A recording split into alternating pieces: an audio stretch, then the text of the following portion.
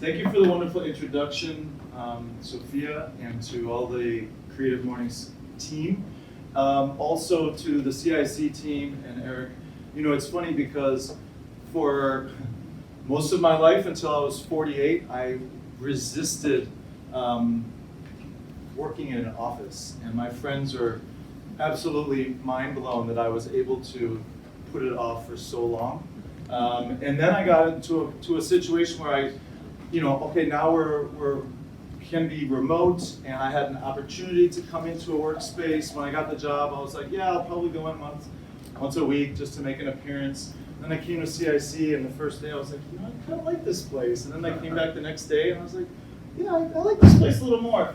I love working here, and the reason is because of the sense of community that they create here. So I know that it's an intentional endeavor, but I do want to just give kudos to people like those who run CIC and Eric and Sophia and the whole team, because it's wonderful to be in a community that does cultivate this type of interaction.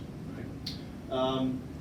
So today we're looking at, as Sophia said, how to kind of distill my experience and my outlook into a brief 20-minute rendition. I could tell stories for literally days, but what I want to do is I want to look at, today in our world we are all dealing with our share of a lot of complexity and a lot of stress, right? We live in a wonderful time. We have so many options and technology and opportunities at our fingertips, but we all, at the same time, are plagued with a lot of pressures that relate on a big scale to a small scale, right? What's the state of our world right now with all these developments? What's the state of our country that we're very worried about right now? What's the state of our family? How's everybody doing? Right? What's the state of our animals and our pets and our plants? And what about ourselves, right? On a physical level? What about ourselves on a mental level? There's a lot going on, there's a lot of noise, and there's a lot that we need to find a way to deal with. And I've noticed that, for some people, there's different ways of dealing with that, obviously. For some people, it's like, how can we focus on kind of like the here and now? So for some people, that means, well, I need to take care of myself. I need to find some therapy, or I need to find some, some sort of mindfulness or meditation or whatever that may be. While for others, it's a kind of a different approach, which is like, once in a while, I need to just kind of get away from all that. I need to be able to just block it out and escape. And escapism, we know, in some ways we look at it as being a negative thing. We know it's not healthy to escape towards alcohol or drugs, even though some of us probably do it once in a while. But there's another form of escape that a lot of people embrace, which is travel, right? Who here, I'm sure, I'll jump in a teacher mode. Who here likes to travel? Okay, someone give me a reason why they like to travel. Anybody? Food. Experiences. Okay, food, experiences, novelty. Perspective change. Perspective change, perfect. More food. More food, yes. You're in my boat. So yeah, we've got, when we travel, suddenly we feel like we are in a different world. We feel like we can be sometimes we feel like we can be a new person. We can almost kind of reinvent ourselves. We can like slough off a lot of the pressures or the stress that we were feeling at home. And we have a whole different mindset, right? We have a different mindset. And so what I want to look at today is kind of, unpacking that a little bit and asking if there's a way that we could perhaps apply that to our daily lives here, right? Because for me personally, fortunately, being blessed with the opportunities that I've had to travel and live around the world for so long, I've been able to kind of merge those two. And I'm hoping that others will be able to apply that as well. So I think at this point, I will just kind of back up a little bit. This is the picture that my mother absolutely hates. As my mother likes to say, I know why they're called dreadlocks, because parents dread them. My mother fought my dreadlocks tooth and nail for 3 years, and finally, one day, she called me. I was talking to her on the phone. I had cut them off. I was in Colombia, and I cut them off, but I wasn't going to tell her until I saw her a couple months later. And I was talking to her. She's like, Adam, yeah. She's like, did you cut your dreadlocks off? Are you kidding me? I'm in Colombia. How did you find out? She's like, no, I just had like an intuition. I was like, that's why I learned never try lying to your parents. They know anyway. So to back up, I was born and raised in Chicago. And in the city, so I had a very multicultural upbringing. Went to inner city public high school, which was an incredible experience. And when I went off to college in University of Michigan, I wanted to study, I wanted to learn more about, I was really fascinated by different lifestyles. So I studied cultural anthropology. And that was, it was mind-blowing, reading about people from distant corners of the world and far away, not only far away places, but far away times, right? Periods from, hunters and gatherers and everything. So when I finished college, I felt like I wanted to, close the textbook and learn for myself. And I realized the only way to do that was to just kind of, as they say, get lost in the world. So my best friend and I, at the time from high school, we took off. We bought a one-way ticket to China, and we were like, all right, let's just see what happens. I mean, it was, looking back, I'm really surprised I made it all the way around the world at that point, because I was really, as they say, wet behind the ears. And it was really just a voyage of discovery, and not having the tools of travel that we have these days, not having internet, not having, I didn't have I didn't have a guidebook. I had like a map this big of Beijing, thinking that it was somehow gonna allow me to know where I was going. It was quite a humbling experience at times, but very empowering at times. Because as you know, when we travel and we get through experiences, we feel like, wow, we've really accomplished something. In those years, so after that, then I did another year all through like Asia. That trip was all over Asia and the Middle East. And then I went back and did another big trip through Africa and India. And then after about 2.5 years of travel, I realized that, there was I wanted to tap into this different kind of identity that I was adopting, right? Coming back, I would come back to Chicago every summer, and it was a really, really, really surreal experience, because it's kind of like, you're like Einstein, how time is relative.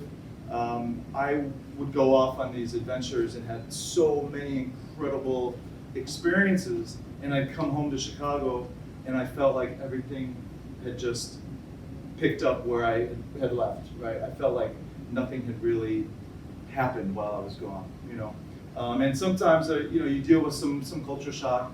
I remember I came back from Africa after that second year of travel, and I felt like I found myself laughing at things. The guy behind me that was honking his horn, I was just like laughing at him, like, really? Like, you're honking your horn because I didn't go fast enough? Like, I just spent time like in refugee camps with people that don't have food, and like, it's really not that serious, So it's all about, I started to develop this different mindset, and I realized I don't want to have this dichotomy between Adam when he's traveling and Adam when he's back in Chicago. I wanted to find a way to bridge those together, and for me that meant like creating a global lifestyle.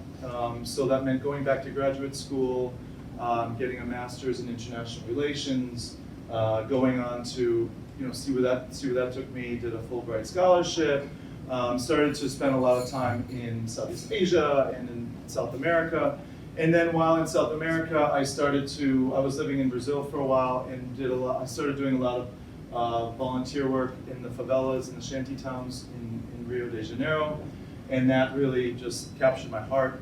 And so I started doing grassroots fundraising when I would be back home. So I was very, very blessed. I had a wonderful job in Chicago working at the baseball stadiums as a beer vendor, making a ton of money, especially for a 20-something, living at home with my mom and just, making a lot of cash and being able to finance my travels. So that I started, just doing grassroots fundraising when I'd come home in the summers, and then I would take that money and go distribute it to different organizations, community projects along the way. So in years past, I've done a lot of these kind of talks, but really just focused on my charity work. I started a nonprofit and was really kind of in that cycle for quite a while. I continue to kind of seek out really having the opportunity to seek out new opportunities and kind of, I've always been into this very serendipitous style of life, and I think a lot of that comes from my years of travel where you don't really know what's going to happen tomorrow, but you kind of trust that everything's going to work out in the end. And so I took that, I started, as Sophia mentioned, I used to write some travel guidebooks, and in my community, in my humanitarian work, I started working with schools. Sometimes that was delivering school supplies to them, sometimes that was setting up sister school projects with schools in the States, and in that time working with the students, I really found a true calling, that I enjoyed that interaction with the kids and saw that I could have a real impact. So decided to start teaching. Was teaching at international schools around the world, teaching history, really history and literature. So that took me to Japan and 4 years in Egypt and a couple of years in China. Finally, to kind of bring it full circle, I realized I wanted to have a little more of an aerial view of the education system. So I got another master's in education and started doing curriculum design and was the academic director of a school in China, and was very content there, had a great lifestyle. With COVID being cut off from my parents for over 2 years, I realized with no end in sight to the border closure in China, I couldn't just wait any longer, and I had to kind of disassemble my entire life and identity in China and come back to the States with nothing, not nothing, but without having to leave the job and the girlfriend and the cat and the apartment and all that. So found my way here, and I'm very happy to have landed here in Boston, here at CIC. As Sophia mentioned, I run an entrepreneurship program for high school students that were based here in CIC. The students come here, so if anyone has any high school students, come talk to me afterwards. But that's kind of how we led ourselves here. And looking back, I know that a lot of my personal happiness, my personal outlook on life is due to these experiences that I had as a traveler. So I wanna kind of unpack that a little bit. And some of you guys already mentioned this, right? When we travel, we are much more open-minded, right? We're in a new place. We know that we don't really belong, so we feel more accepting of other lifestyles and other ways of thinking, right? And then, I'm sure we can all relate to this. And it's funny because I listen to sometimes some people talking about, someone that they know or their sister or whatever, and talking about like, I can't believe they think like that. Oh my God, I just can't get it around my head. Well, yeah, that's because you're sitting home next to them. If you were on the other side of the world and you meet someone that has like a different religion, you're not like, oh my God, I can't believe they believe in that, right? It makes sense because it's within their cultural context. So that's the first thing, being more open-minded. For example, I'm just throwing a couple images, right? This is a couple that was taking their pictures. This is up in China near Tibet. They're taking their engagement pictures and they would just, look at these, just such beautiful people and clothes.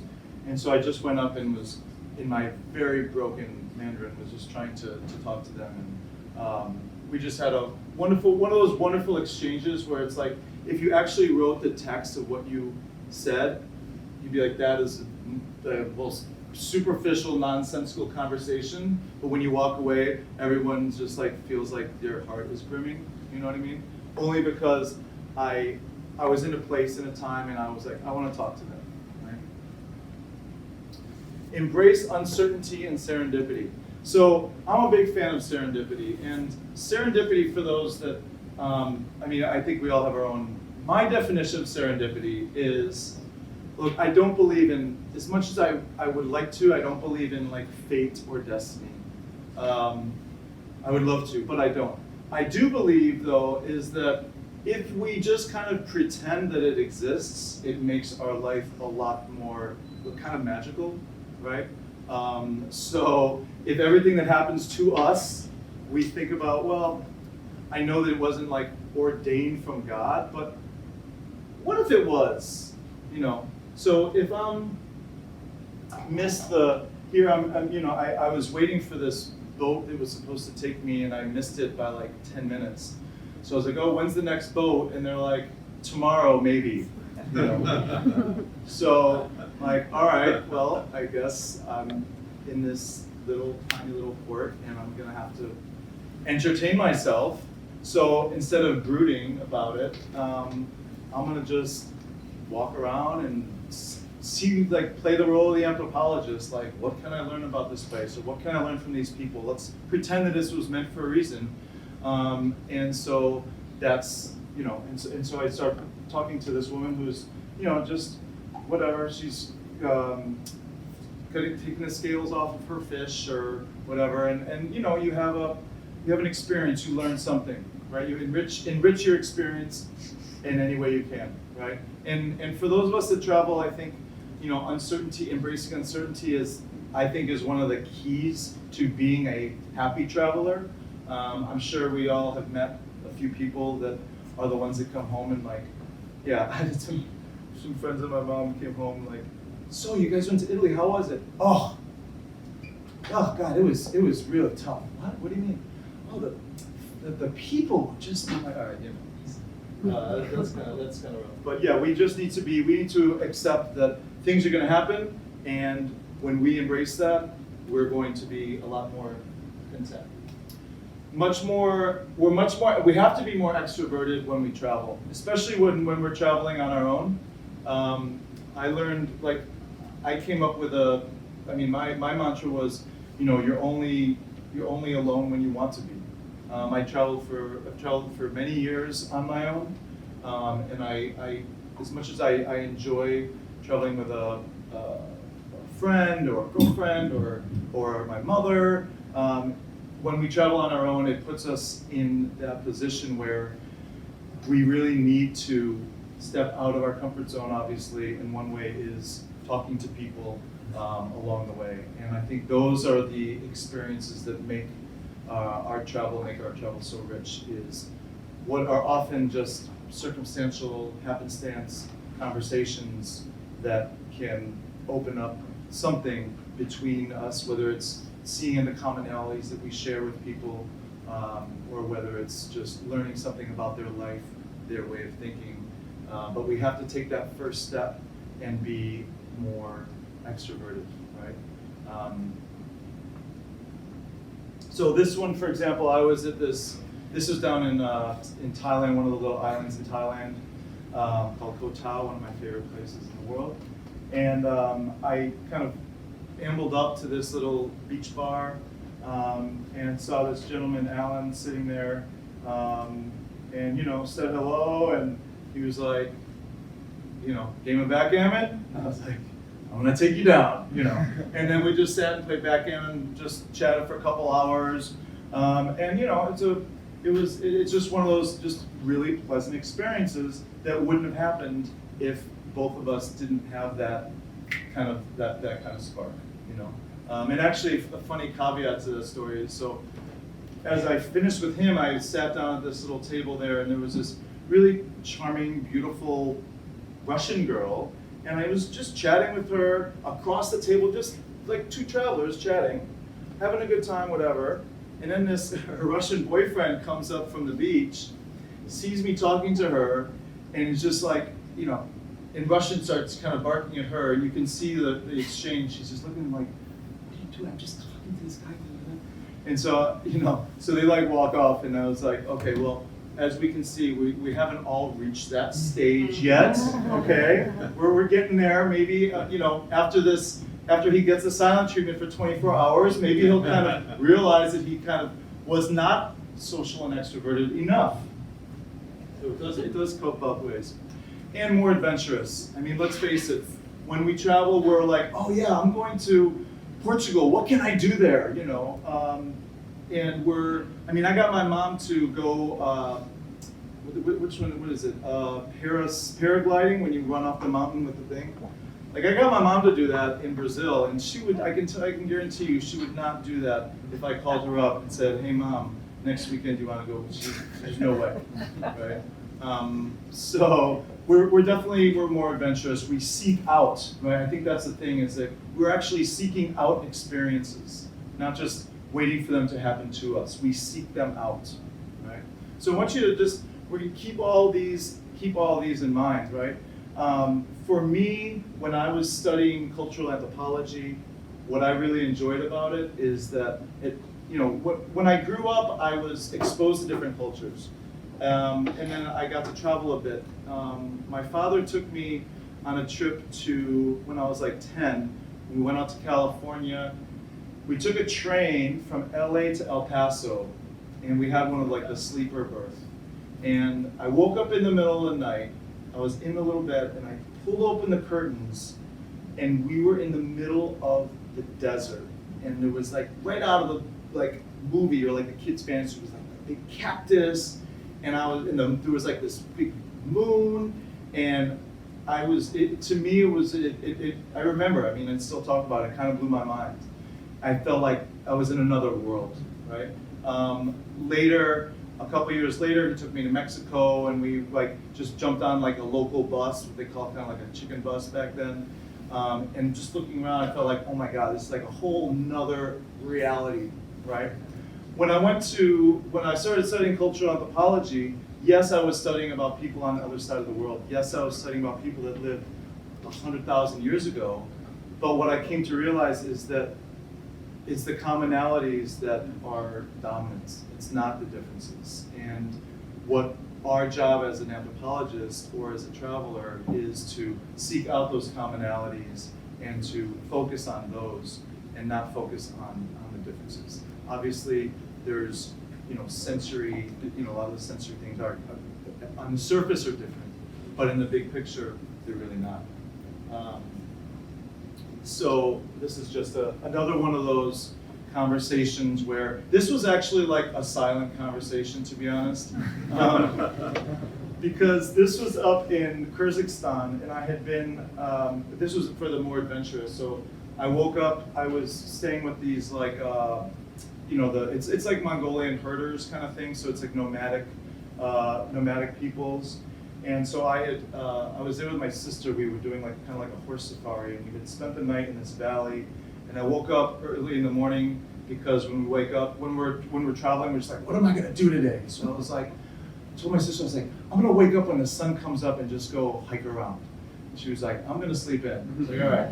So I see this shepherd coming from the other side of the valley, and I'm like, wow, what's that guy's world all about, And we kind of and I think he saw me, and we just kind of ended up in front of each other. And, he had his cows, and he was looking me over, and I'm looking him over, and I was just kind of gave like a hello, and then we just kind of sat down, and we realized very quickly that we spoke 0 words of each other's language, and I mean 0. And we just kind of sat there and just kind of took it in, and it was just kind of like, what can we share together without saying anything? And it's if it was like a beautiful female that would have been probably a different maybe exchange, but at this point it's just kind of like a, who are we, right? It was really fun. So that brings us back to today, right? A lot of people, and I have spoken to a lot of people, and I hear it all the time. They say, oh my God, my trip was amazing. I went to this place and I met these people and I did this and it was so incredible. And I can't wait to do it again. Okay, well that's wonderful. I mean, it's wonderful you have that experience. It's wonderful you have the privilege to do it again, and you had such a great experience you want to do it again. But I would challenge you to think, all right, how can we take that mentality, that joy that you felt, and bring it back home, right? So I think in our everyday lives, we need to be more conscious of what we're doing and how we're acting and how we're interacting with people. So there's, I think there's some individual tips I could give that I'll give, but I think more importantly, it's kind of a general awareness. And so, for example, when I travel, I love talking to kids. Kids are the most receptive people because they don't have any, they don't have a lot of the, kind of cultural mores really baked into them yet. And they're, so I've met a lot of, when I'm traveling, I've met kids that kids that like all of a sudden take me to their homes, and they're like, I was in, where was that? That was in, in southeastern Turkey, in Kurdish part of Turkey. I met these kids on the, not these kids, but I met some kids on the street. We were like playing soccer in the street, and then they're like, come. So I take them and they take me to their house, and they're like, Mom, this is like this, and the mom's like, oh, okay. So the mom's like, sit down, and then she's like, runs off and comes back with like a plate of food. I knew that was gonna happen. Comes back with a plate of food. But yeah, kids, it's wonderful to open up with kids. We've talked a lot about my, I mentioned my charity work. What I found is that when we volunteer or when we do charity work, humanitarian work, one of the reasons that I like it, besides being able to, deliver goodwill, I say I'm delivering the spiritual and the financial goodwill of my donors, but besides that, you really get to see the best side of people in general. And so it's a very, it can just be a wonderful experience. And so it's the kind of thing, when we're home, we want to expose ourselves to a new community or different mentality, finding an outlet that involves service can be really, really rewarding, and can help us see our home in a new perspective. This is from Myanmar, by the way, one of my favorite places in the world. I don't know if you've heard of Couchsurfing, but Couchsurfing is a website that is designed for travelers to meet other people. So it's wonderful because it's perfect for people that are traveling. They want to meet locals and stay with locals. It's a non-paying service, so you have it's like kind of like a Facebook. You have your own little profile, and you can see people in the city you're going to. You can see their profile, whatever, and you can. Sometimes you stay with them. Sometimes they're like, oh, I'll take you around, or I'll meet for coffee, whatever. It's a wonderful way to click in with people that are traveling from other countries or other cities. And I think being in Boston, hosting, my house, we've hosted Couchsurfers. I've been hosting Couchsurfers around the world, but it's a great way to, first of all, see your city in a new light, see your city more as a tourist, and just have those interactions with people from different lifestyles.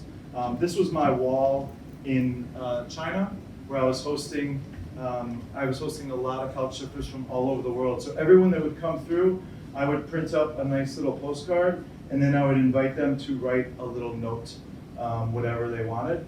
And so I had a full wall. I mean, this is just kind of half of it, but you can see. I mean, I had look. Bolivia, Spain, Amsterdam, Argentina, Morocco, Spain, Iran, Kaliningrad, Moldova, Ukraine, India, Cairo, Iran, Brazil, a bunch of China. So it's a wonderful experience, and you can have some really.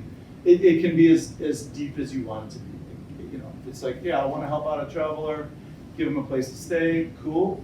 Or it can turn into like, I mean, I have friends, some good close friends of mine in Boston. They met on couchsurfing. She's Turkish and he's from here, and we hang out all the time. I have a few friends that have that story. So that's a great option. But in our everyday life, you know, we talk about being mindful, right? And I definitely am a practitioner of mindfulness. I used to teach mindfulness to kids, and I think we need to be more intentional about how we live our lives here. And I know we come home and we get into our routine, and sometimes we feel like we are kind of stuck in a rut. But we need to think about how can we push ourselves out of that. And I think that if we can apply some of these travel mindset principles to our daily life, it can enrich us. So just think about, you know, as you go about your daily life, you know, oh yeah, I live in Boston. Have I gone on like a walking tour of Boston and learned the history of Boston? Maybe when someone came to visit me 8 years ago, but I can do that myself, right? And doing a walking tour in Boston, not only am I going to learn about my city, I'm probably going to meet a bunch of people from all over the world or all over the country that have very different mentality and viewpoints. Or I can read something about the history. I mean, we're here in, we've got the canal yards behind us. You know, this whole neighborhood was all canals. It was all drained out. It was all a bunch of canals, and now it's like the tech hub of the world. I mean, there's a lot of cool history to unpack. Embracing uncertainty and serendipity. You know, you miss the bus in the morning, and that sucks. I know it. You know, you just missed it. And well, all right, what am I going to gain out of this? You know, all right, so some guy sitting next to me, he missed the bus too. Like, we missed the bus, huh? Yep. Where are you going? You know, and these little conversations can be really rewarding. I mean, living abroad, one of the things that is difficult is, especially in a place like China or Japan, when the language is so foreign, is feeling like you don't know what's going on around you. Like you're trying your best and you make your way through, and you're like, which is empowering, but at the same time, you know, like there's so much going on around you that is just over your head. And when I come back to the States, I realize, wow, I know what's going on everywhere, pretty much. Like, well, I can walk into a convenience store and like hear the conversation that people are having. Or I can walk into, when I get on the bus, I can talk to the bus driver, or I can talk to the person next to me. Like, there's no barriers. We really here, being in our, you know, having the same language, we really have a lot more access to talking to people than we realize. Which leads to the, you know, being more extroverted, being more social. So it's really just a matter of how do we bring this new adventurous spirit that we feel when we're traveling, we're so excited about. How can we bring that home? And that, I think, is for me has been one of kind of the keys to my happiness, and I'm hoping that, you know, it will help some of us here to also be more happy. If you have a more, a little less complexity, a little more feeling a little more comfortable, a little more simplistic with our everyday surroundings. So thank you so much for your attention.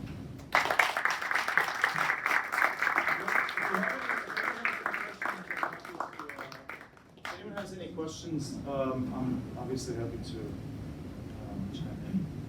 Sure. Yes. How is Adam in?